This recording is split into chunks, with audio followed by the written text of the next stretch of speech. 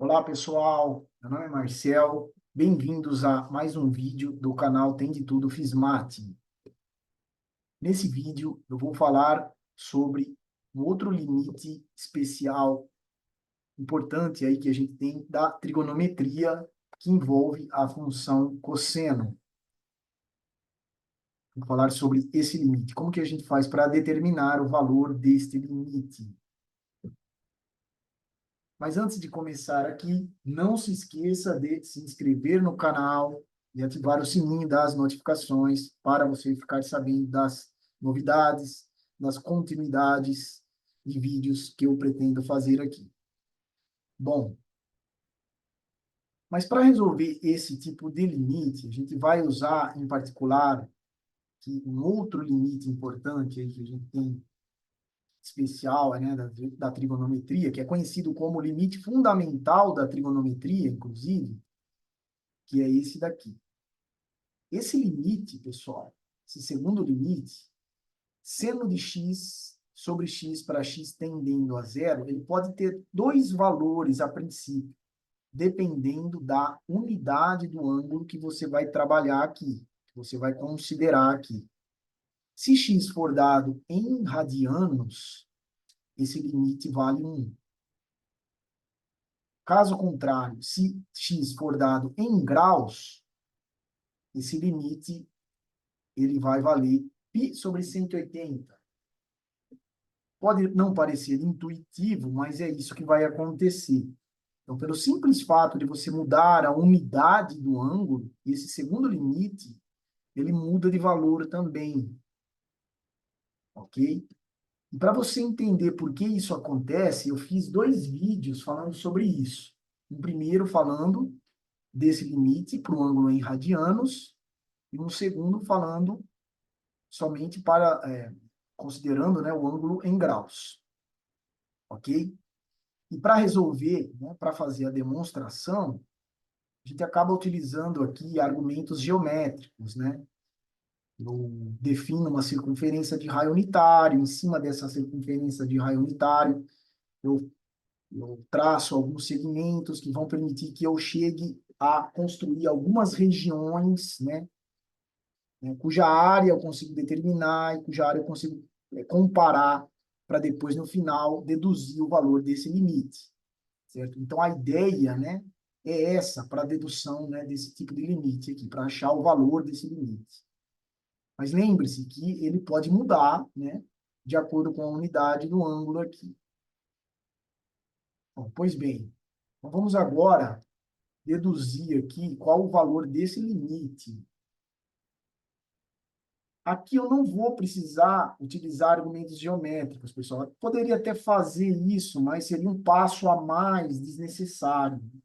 Então, aqui eu vou usar uma argumentação algébrica, né? Eu vou usar de um artifício algébrico, melhor dizendo, para poder resolver um limite como esse. Então, o procedimento aqui é o seguinte. Então, a ideia é reescrever essa função aqui, num outro formato.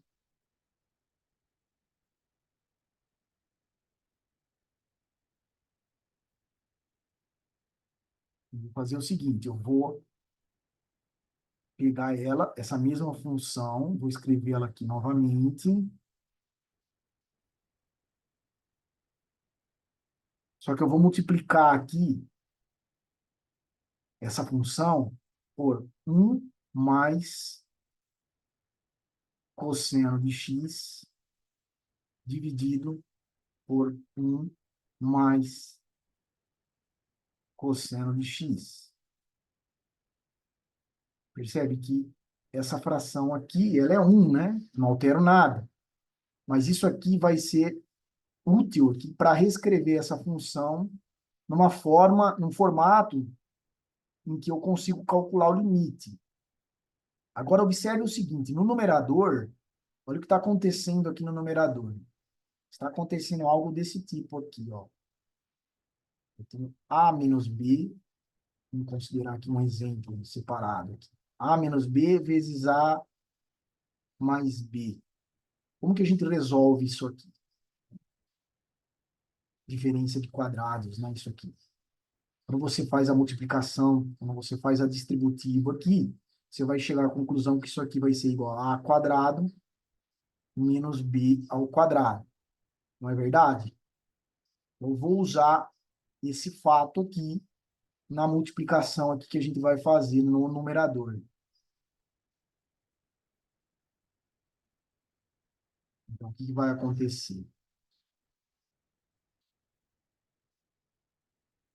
Em cima vai ficar 1 ao quadrado, que é 1 mesmo, né? Menos cosseno ao quadrado de x, tudo dividido por x vezes 1 mais cosseno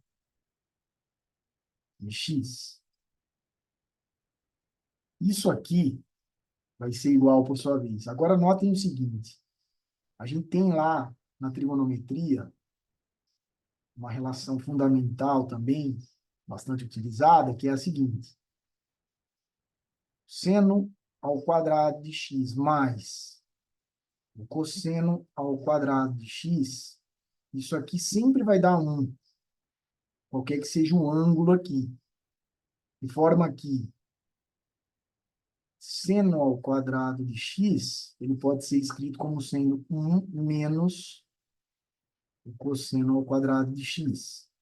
Eu vou usar esse fato aqui, então no numerador aqui eu vou colocar, no lugar do menos cosseno ao quadrado, eu vou colocar o seno ao quadrado de x. Então vai ficar limite de x tendendo a zero, e seno ao quadrado de x dividido por x vezes 1 mais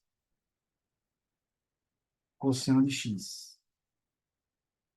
Agora eu vou fazer o seguinte. Seno ao quadrado de x é o produto do seno por ele próprio, né? Então eu vou desmembrar aqui, né? Eu vou reescrever isso aqui como sendo seno de x vezes o seno de x, isso tudo dividido por x vezes 1 mais cosseno de x.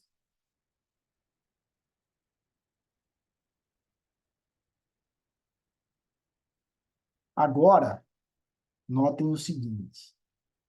Então, eu vou ter aqui, ó,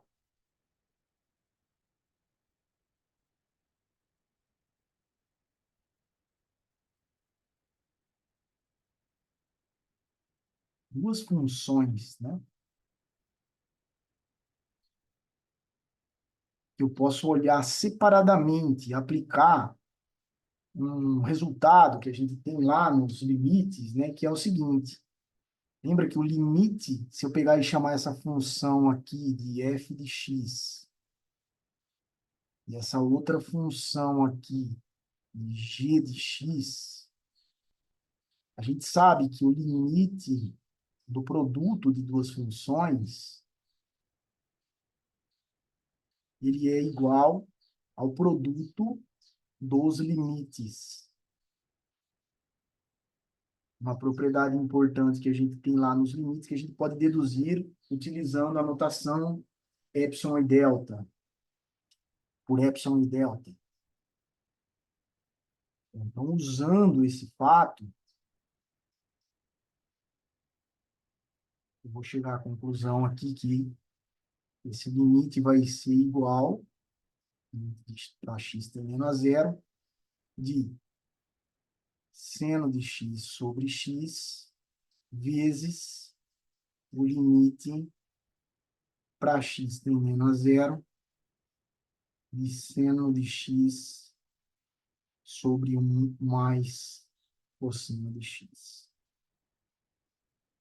Agora, notem o seguinte, esse limite aqui, pessoal, ele pode ter dois valores, né? Dependendo da unidade do ângulo. Lembra que eu falei lá no início?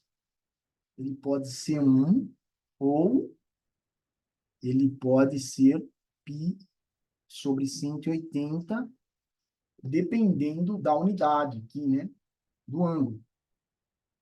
Mas, por outro lado, olha o que acontece aqui nesse limite aqui agora. Quando x tende para zero, o numerador vai para zero. E o denominador ele não vai para zero. Né? Cosseno, quando o x se aproxima de zero, o cosseno de zero, né? O cosseno de x ele se aproxima de 1. De forma que isso aqui ele vai se aproximar de zero sobre 2. Né? E é zero. Ora, então, quando eu multiplico, né, esse limite aqui por zero, isso tudo vai para zero, independente se esse primeiro limite dá 1 ou π sobre 180. Vai zerar tudo aqui, né?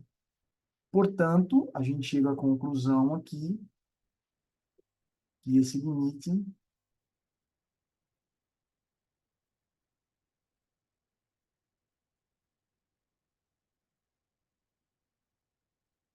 ele vai tender para zero, independente da unidade que você vai trabalhar ali. Ok, pessoal? Termino aqui o vídeo. Mais para frente, né, num outro vídeo que eu vou fazer, a ideia é utilizar esses limites aqui, tanto esse como o limite fundamental da trigonometria, para provar que a derivada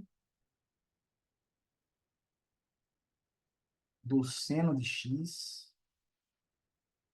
vai ser igual ao cosseno de x quando x é dado em radianos. E eu vou demonstrar também o que acontece com essa mesma derivada quando x é dado em graus, ok? Então, ficamos por aqui. Se você curtiu, aperta aí o botãozinho, comenta e compartilha. Obrigado e até a próxima.